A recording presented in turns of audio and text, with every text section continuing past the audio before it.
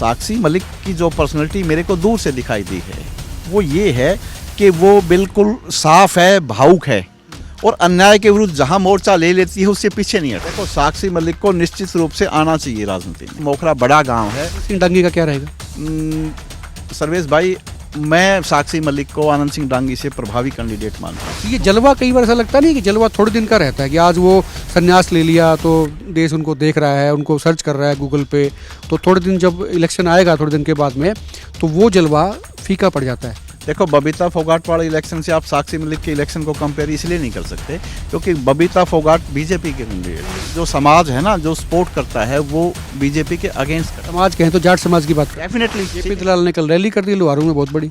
देखो मंत्री के रूप में कर दी ना जेपी दलाल मंत्री, आज उसके पास सारी चीजें हैं, सब कुछ है और आपको वो रैली कर दी तो आपने क्या पता उसमें जाट समाज पैसे वैसे दे करके आदमी उठा के ले आया होगा, लेकिन जेपी दलाल की कितनी पूछ है आप लोहारू में जाकर के देखो। देश की नामचीन पहलवान हुई हैं साक्षी मलिक, अलविदा कह चुकी हैं अपनी कुश्ती को, लेकिन अब क्या वो अब चुनाव लड़ेंगी, राजनीति में आएंगी, कांग्रेस उनको ग्रैब कर लेगी या कैच कर लेगी, आप कह सकते हैं क्या चीज़ें होने वाली हैं? क्योंकि अब जो मौसम है या अगला जो साल है वो चुनावी साल है, तो ऐसे में संभावना ये कि साक्षी मलिक को या तो कांग्रेस ग्रैब कर सकती है, कांग्रेस अपने साथ रह सकती है, अपने साथ ले जा सकती है। आपने देखा दीपेंद्र सिंह हुड्डा प्रियंका गांधी के साथ साक्षी मलिक से मुलाकात करते हैं, भरोसा देते हैं, आश्वासन देते हैं, तो क्या ये इस बात के संकेत हैं कि साक्षी मलिक कांग्रेस में जा सकती हैं, कांग्रेस में रहकर या जाकर राजनीति कर सकती हैं? मेरे साथ सुखमन डांगी हैं, एडवोकेट हैं पेशे से, लेकिन राजनीतिक विश्लेषक भी हैं और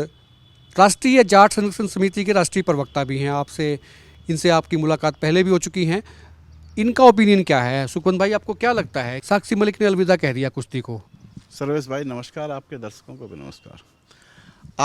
आप ये देखो कि साक्षी मलिक को जो संन्यास लेना पड़ा वो किन हालात में संन्यास लेना पड़ा। आप उन सारी चीज़ों को देखेंगे तो देखो वो किस तरफ राहें जाती हैं वो डिसाइड करें, साक्षी मलिक जी डिसाइड करें।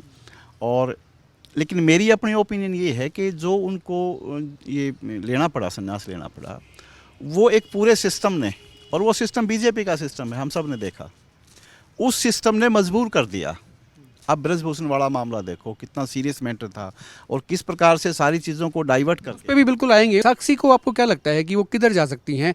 आपको कुछ नज़र आ रहा है जिस तरह की मुलाकातें हैं प्रियंका गांधी से, दीपेंद्र हुड्डा जाते हैं, चीज़ें होती हैं, तो उसमें आपको क्या लगता है? देखो साक्षी मलिक को निश्चित रूप से आना चाहिए राजनीति में। अगर आप मेरी ओपिनियन पूछो तो राजनीति में आना चाहिए, क्योंकि जो अन्याय हुआ उस अन्याय का प्रतिरोध करने का, प्रतिकार करने का जो एक तरीका है वो पॉलिटिक्स ही है। और दीपेंद्र हुड्डा जी और प्रियंका गांधी जी जिस प्रकार से जो हैं, तो मैं इस एंगल से तो नहीं सोचता कि उनको राजनीति में लाने के लिए हैं। मेरा एंगल ये है कि एक पूरे सिस्टम ने, बीजेपी के जो पूरी सेंटर की गवर्नमेंट थी उसने ब्रजभूषण को बचाया। हमें ऐसा लगता है कि सोनीपत जो है उनके लिए एक बेस्ट सीट हो सकती है अगर वो लोकसभा में जाती है, लोकसभा का चुनाव लड़ती है। मुझे लगता है कि विधानसभा से ज़्यादा लोकसभा को प्रेफर कर सकती है, पार्टी उनको ला सकती है, क्योंकि उनके पास में वहाँ से कोई बड़ा आदमी नहीं है। पिछली दफ़ा भूपेंद्र सिंह हुड्डा वहाँ से चुनाव लड़े थे, लेकिन मुझे लगता नहीं कि अगले चुनाव में वो शायद ये हिम्मत करें या पार्टी उनको लड़ाए या खुद वो लड़ना चाहें, तो ऐसे में एक ये बड़ी प्लेयर राजनीति में उनके लिए हो सकती है। देखो साक्षी मलिक का अपनी एक व्यक्तित्व है, एक पर्सनैलिटी है, बीइंग स्पोर्ट्समैन, तो वो सोनीपत से लड़ें, कहीं से भी लड़ें, तो वो लोग तो उनको सपोर्ट करेंगे। लेकिन मोखरा तो महम कॉन्स्टिट्यूंसी का पार्ट है, फिर लड़ें तो रोहतक से लड़ें या महम से विधानसभा का लड़ें, अगर ऐसी कोई बात इस प्रकार की संभावना बढ़ती है। क्योंकि सोनीपत में तो एक और चीज़ें हैं ना उसमें भाई, कि सोनीपत ले जाकर के उनको लड़वाना, हालांकि मैं कह चुका हूं कि बड़ी पर्सनैलिटी है तो कहीं से भी लड़वा देंगे तो लोग उनके पीछे चले जाएंगे। किस समीकरण फिट बैठते हैं? मलिक जो हैं वो आपके सोनीपत में ज़्यादा हैं, लेकिन बबीता ने जिस प्रकार से लड़ा तो वो अपनी जगह पे जाके लड़ा ना, दादरी कॉन्स्टिट्यूंसी में लड़ा, वो भी उस स्तर की खिलाड़ी रही। तो बढ़िया ये रहे कि जहाँ से वो हैं, अगर कौन उसका असेंबली का लड़वाना है तो महम से लड़वाएं, लोकसभा का लड़वाना है तो रोहतक से लड़वाएं, वो ज़्यादा बढ़िया रहेगा। जहाँ तक ये गोद की इक्वेशन की आप बात करते हैं ना, उसमें फिर ये नहीं है कि भाई बबीता फोगाट किसी दूसरे फोगाट वाले इलाके में जाके लड़े तो उसको उतना ही मिलेगा। ये एक अलग चीज़ है कि मलिक भी तो वहीं का मलिक हो ना, तो साक्षी के लिए मेरे अनुसार सबसे बेस्ट चीज़ें महम कॉन्स्टिट्यूंसी है, रोहतक लोकसभा है, वो सबसे बेस्ट प्लेस उनके लिए हो सकता है। मोखरा बड़ा गांव है और एक महम हल्के को पॉलिटिकली महम में डोमिनेट। आपकी बात मान लेता हूँ, अगर वो महम में विधानसभा चुनाव लड़ती हैं या हालांकि आज तक तो सब कुछ हाइपोथेटिकल है, अभी संभावनाएं हैं, ऐसी संभावनाएं हम जता सकते हैं कि अगर वो चुनाव लड़ती हैं, पार्टी के ज्वाइन करती हैं, महम से फ़र्ज़ कीजिए कि चुनाव लड़ती हैं, तो आप कैसे देखते हैं कि वो किस स्थिति पे खड़ी होती हैं? 100% महम में तो कोई इफेंट बट है ही नहीं, साक्षी मलिक लड़ेंगी तो। आनंद सिंह डांगी का क्या रहेगा? सर्वेश भाई, मैं साक्षी मलिक को आनंद सिंह डांगी से प्रभावी कैंडिडेट मानता हूं, क्योंकि एक तो आनंद सिंह डांगी जी ने कई चुनाव लड़ लिए, तो उनके अपने प्लस माइनस हैं। साक्षी मलिक स्पोर्ट्समैन है, मोखरा बड़ा गांव आप है। ये कहते हैं कि महम से अगर वो आ जाती हैं और कांग्रेस की टिकट पे आ जाती हैं, तो चाहे वो आनंद सिंह डांगी हो या बलराज कुंडू हो या तीसरा कोई और हो, तो सबको पानी पिला देंगे? नहीं, कोई मुकाबला ही नहीं होगा। बलराज कुंडू की तो अपनी जो पार्टी वार्टी बनाई है उसकी वजह से इमेज, आप अगर आप ग्राउंड पे देखेंगे ना तो महम में बहुत डाउन है। और साक्षी मलिक एक बहुत डोमिनेटेड चेहरा होंगी अगर उनको महम से उतारा जाता है, तो इसमें कोई वो ही नहीं है, क्योंकि उनकी अपनी अपना व्यक्तित्व भी है और उसके साथ साथ मोखरा गांव भी है। कई बार ना ऐसा भी देखा है हमने, मान लीजिए कि आपने कहा कि भाई वो बहुत चेहरा है और मोखरा बड़ा गांव है, सारी चीज़ें सही हैं, आपने एग्जांपल बबीता फोगाट का भी दिया, दादरी से चुनाव लड़ा पार्टी ने, उन्होंने बड़ी मतलब आप कहें तो बहुत बुरी शिकस्त उनको मिली है। तो ये जलवा कई बार ऐसा लगता नहीं है कि जलवा थोड़े दिन का रहता है कि आज वो संन्यास ले लिया तो देश उनको देख रहा है, उनको सर्च कर रहा है गूगल पे, तो थोड़े दिन जब इलेक्शन आएगा थोड़े दिन के बाद में, तो वो जलवा फीका पड़ जाता है। देखो, बबीता फोगाट वाले इलेक्शन से आप साक्षी मलिक के इलेक्शन को कंपेयर इसलिए नहीं कर सकते क्योंकि बबीता फोगाट बीजेपी के कैंडिडेट थी और मोस्टली जो समाज है ना, जो सपोर्ट करता है वो बीजेपी के अगेंस्ट करता है। समाज कहें तो जाट समाज की बात करें, डेफिनेटली सीधी सी बात है, इसमें कोई मतलब लुकाने छिपाने की तो बात है ही नहीं। अब ये बताओ कि जो जो पहली आपको नेता बनाता है आपका अपना समाज, जब वो साथ होगा तो दूसरी चीज़ें एक्यूमुलेट होंगी, दूसरे लोग साथ आते चले जाएंगे। अब बबीता फोगाट जाट समाज से रही और उन वो जिस टिकट से, जिस पार्टी की टिकट से उन्होंने चुनाव लड़ा, उसके प्रति समाज सारा दूर बैठा था उससे, वो एक चीज़ रही। आप ये मत कहो। और बबीता फोगाट की जो कुछ भी रिजेंटमेंट समाज में आई है वो सिर्फ इसलिए आई कि बीजेपी की टिकट, अगर साक्षी मलिक बीजेपी की टिकट पे चुनाव लड़ें तो साक्षी मलिक की स्थिति भी बबीता फोगाट जैसी ही हो। लेकिन कांग्रेस की टिकट, बीजेपी की टिकट, उन दोनों में अंतर है। WFI को सस्पेंड कर दिया है, जैसे आपने कहा कि मामला उसको लेके भी हम बात करेंगे, तो मैंने कहा था कि चलो करते हैं आगे बातचीत। तो WFI को सस्पेंड कर दिया सरकार ने। आपको क्या लगता है कि सरकार बैकफुट पे आई है या सरकार इसको मैनेज करना चाहती है, या कहीं ऐसा भी है कि सरकार खुद चाहती है कि साक्षी मलिक अभी कांग्रेस में ना जाए या कांग्रेस में जाने का रीज़न उनके पास में ना बचे? देखो सर्वेश भाई, WFI ये कितना लंबा प्रकरण आपने चला, हर व्यक्ति ने देखा। सरकार को पहले कोई इनिशिएटिव लेना चाहिए था, लेकिन क्योंकि ब्रजभूषण शरण सिंह उनके MP रहे और ईस्टर्न यूपी के पावरफुल एक पॉलिटिशियन हैं, तो उसको बचाने के लिए सारी चीज़ें करी।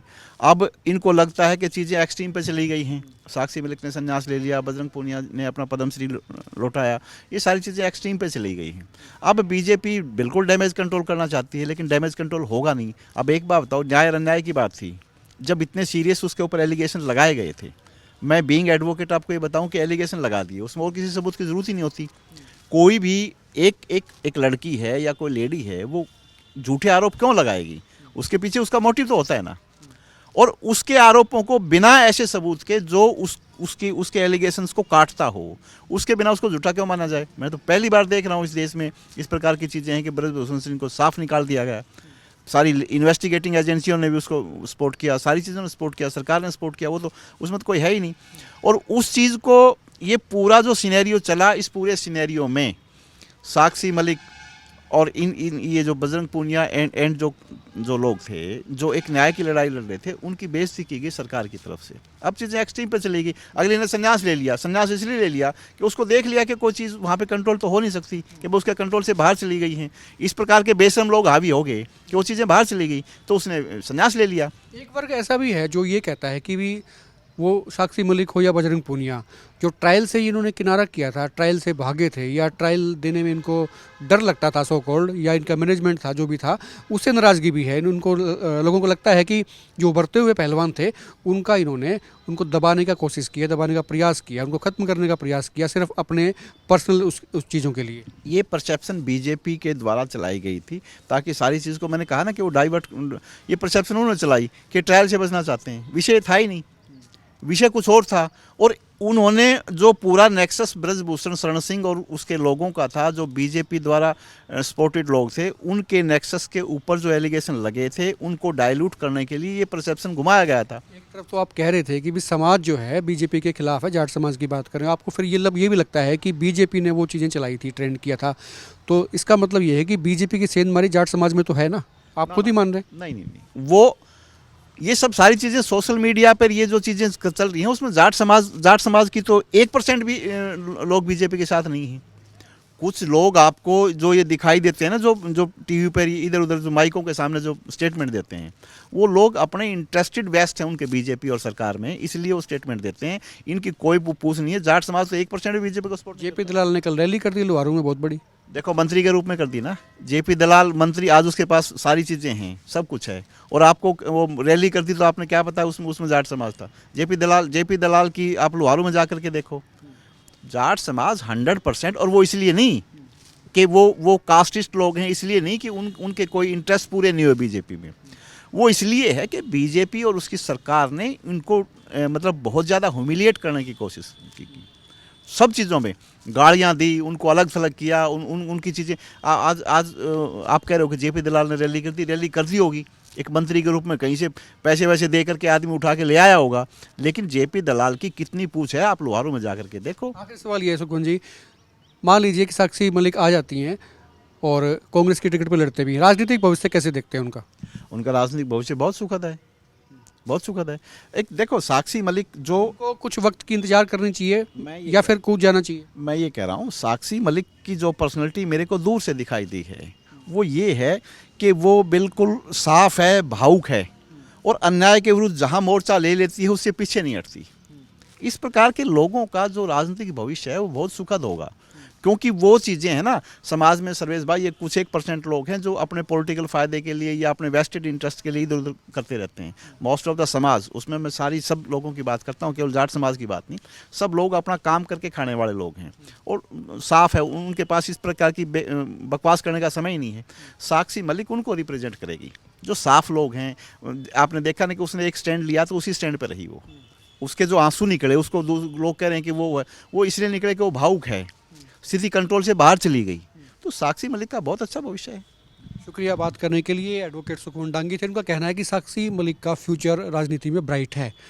आप कितना इत्तेफाक रखते हैं और आपको क्या लगता है कि साक्षी मलिक क्या राजनीति में जाएंगी, और जाएंगी तो उनको कौन सा चुनाव प्रेफर करना चाहिए, लोकसभा या विधानसभा, और वो भी किस हल्के से? खुल के कमेंट करें, बेबाकी से कमेंट करें, वीडियो को शेयर भी करें, और आप देखते रहें एकमत पोस्ट।